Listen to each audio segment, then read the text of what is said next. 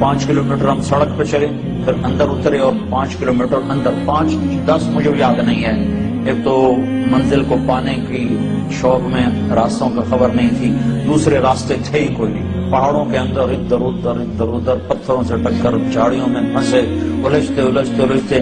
تھوڑی سی کھلی جگہ آئی، وہاں اس نے گاڑی روکی، پھر ہمیں لے کے پیدل چلا، پھر ایک پہاڑ پہ چڑھا، اس پہاڑ کے اوپر قدرتی ایک فرش بنا ہوا تھا، وہاں میرے نبی کی ماں سو رہی تھی۔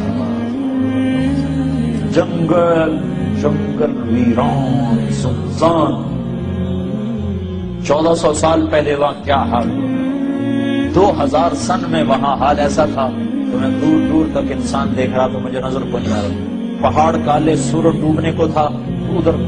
افق پہ اندھیرا، ادھر پہاڑوں کی سیاہی، ادھر واقعہ سوگوار۔ میں نے بڑے بڑے سفر کے، میں بیت اللہ کے اندر 2 دفعہ داخل ہوا ہوں، لیکن میری وہ کیفیت نہیں بنی جو حضرت آمنہ کی قبر پہ میری ہے۔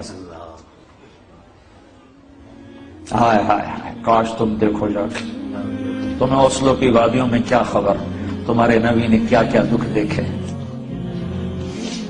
6 برس کا بچہ اور ماں نے بازی ہار دی، ہارٹ اٹیک ہوا، غالباً ہارٹ اٹیک ہوا، پتہ نہیں کیا ہوا، چونکہ اچانک موت تھی تو ہارٹ اٹیک ہی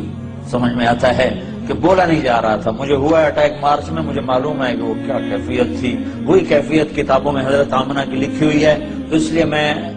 اپنی طرف سے اس قیاس کر کے نتیجے پر پہنچاؤں کہ غالباً ہارٹ اٹیک تھا، کہ آپ سے بولا نہیں جا رہا، مجھ سے بھی بولا نہیں جا رہا تھا، بالکل درد کی شدت نے میری زبان بند کر دی تھی، تو وہ حضرت آمنہ پر درد کی شدت ہی بولا نہیں جا رہا تھا، اور میرے نبی کہتے اماں، آگے جواب نہیں آ رہا۔ پھر آخر حضرت آمنہ نے آخری بار سارا زور جمع کر کے فرمایا، بیٹا میری موت کا وقت آ چکا ہے، ہر زندہ نے مرنا ہے، ہر نئے نے پرانا ہونا ہے، لیکن ایک دن آئے گا تو عالم کو روشن کرے گا، اور آنکھیں بند ہو گئی۔ 25 برس کی عمر میں تو شادی ہوتی ہے، یہاں 25 برس میں کہانی ختم ہو گئی، دی اینڈ ہو گیا۔ وہاں سے 10 میل دور ہے بستی، پتہ نہیں کس نے آ کے قبر بنائی، پتھر جمع کیے، کھود کے یا اوپر، اللہ ہی جانتا ہے۔ 14 صدی پہلے میں کسی کتاب میں نہیں دیکھ سکا کہ کون لوگوں نے آ کر وہ قبر، کن لوگوں نے آ کر وہ قبر بنائی، لیکن جب قبر بننے کے بعد نیچے اترے ہیں تو حضرت ام ایمن نے دیکھا تو اللہ کے نبی غائب تھے، وہ نہیں تھے، تو انہیں ادھر ادھر دیکھا، لوگوں کے اندر آگ نہیں ہے، تو انہیں پیچھے مڑ کے دیکھا تو اوپر سے رونے کی آواز آ رہی تھی، تو ام ایمن پیچھے گئی ہیں، تو اللہ کے نبی ماں کی قبر پر یوں لیٹے ہوئے تھے اور قبر کو یوں جپھا مارا ہوا تھا ایسے، اور جب وہ قریب گئی ہیں تو سنا تو آپ کہہ رہے تھے، میری ماں تجھے معلوم ہے نا تیرے سوا میرا کوئی نہ تھا۔ ہائے ہائے واہ یا رسول اللہ، باپ تو دیکھا ہی نہیں، 6 سال کی عمر میں ماں بھی اٹھ گئی، کہا ماں تجھے معلوم تھا نا تیرے سوا میرا کوئی نہ تھا، تو مجھے چھوڑ کے کیوں چلی، میں تیرے بغیر مکے نہیں جاؤں گا، میں تیرے ساتھ جاؤں گا۔ یہ ماں سے باتیں ہو رہی اور نہیں پتا کہ یہاں بس مک گئی یا کہاں ہے۔ تو میں احمد نے پکڑا، کہا میرے بیٹے اٹھو، کہا نہیں ماں یہ بھی ماں ہے، انہوں نے بھی دودھ پلایا ہے، میرے نبی کو 8 عورتوں نے دودھ پلایا ہے، ان میں ایک ام احمد بھی ہے، کہا نہیں اماں مجھے چھوڑ دو، میں اپنی ماں کے بغیر نہیں جاؤں گا، زبردستی کھینچا ہے لیکن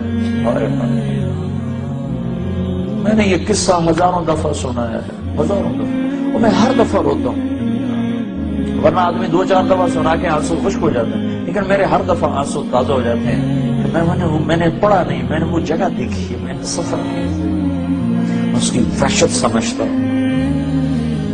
کہ وہ کیا دکھ بری گھاٹی تھی جو وہاں میرے نبی پر آئی۔ اور جب آپ نے حج کا سفر کیا کتنے سال گزر چکے؟ 56 سال گزر چکے ہیں، 56 سال کے بعد آپ نے حج کا سفر کیا ہے، تقریباً 57 سال، 63 سال کی عمر میں حج ہو رہا ہے، حج کے بعد انتقال ہو رہا ہے، 6 برس کی عمر تھی، 57 سال گزر چکے ہیں، اور آپ نے ابوا کے راستے سے مدینے سے مکے کا سفر کیا، اور جب ماں کی قبر کے پاس پہنچے تو خیمے لگنے تھے ابوا کے آگے جا کر وادی میں، شہر میں، لیکن آپ نے ابوا کی بجائے ماں کی قبر پر کہا ادھر ہی خیمے لگا دو۔ 60-70 ہزار کا مجمع تھا، اور سب کے خیمے لگا کر پھر آپ اپنی ماں کی قبر کے سرانے تشریف لائے، اور یوں بچوں کی طرح گھٹنے اٹھا کے ہاتھ یہاں رکھ کے اور سر گھٹنوں میں دے کے ایسے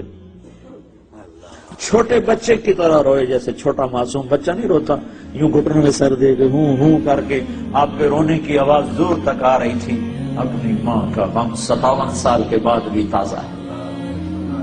وہ فریب خورد شاہی جو پلا ہو کر رسوں میں، اسے کیا خبر کہ کیا ہے رہ و رسم شاہ بازی۔